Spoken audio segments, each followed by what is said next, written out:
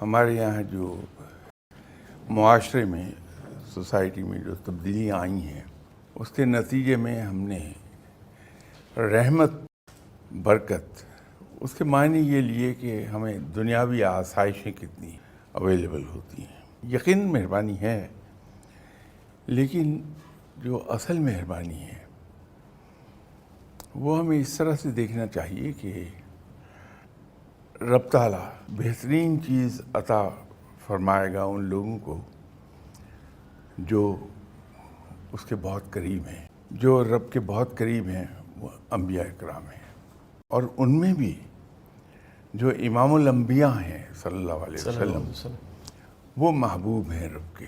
انبیاء اکرام بھی، اولیاء اکرام بھی، یہ سب دنیاوی طور پر تہی دامن ہوتے ہیں. شاید آپ کے کسی پروگرام میں نے مثال کوٹ کی تھی.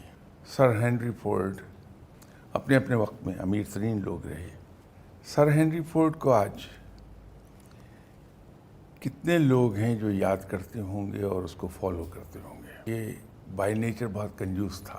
اس نے اپنی ذات پر کبھی کوئی پیسہ خرچ نہیں کیا. کھانا بھی بس وہ اسی طرح جہاں سے مل گیا کھا لیا. اس نے اپنی ذات پر نہیں خرچ کرتا تھا. جب بہت بوڑھا ہو گیا تو ایک دن اسے خیال آیا کہ میرے پاس بے انداز دولت ہے. لوگ جو عیش کرتے ہیں میں بھی آج ان کی طرح کسی ریسٹوران میں، بڑے سپر ڈوپر ریسٹوران میں جا کے کھانا کھاؤں. تو جا کے اس نے کھانے کا آرڈر پلیس کیا.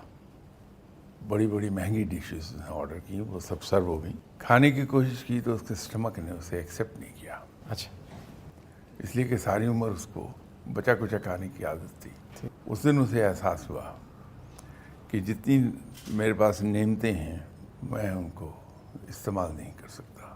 ایک طرف سے یہ ہمارے پاس ایگزامپل موجود ہے. دوسری طرف آپ کسی بھی ولی اللہ کے مزار پہ چلے جائیں، انہیں دنیا سے گئے ہوئے کئی 100 سال گزر گئے. آج بھی لوگ جاتے ہیں، بڑا ریسپیکٹفلی وہاں حاضری دیتے ہیں. وہاں آج بھی لنگر چل رہے ہیں ان کے.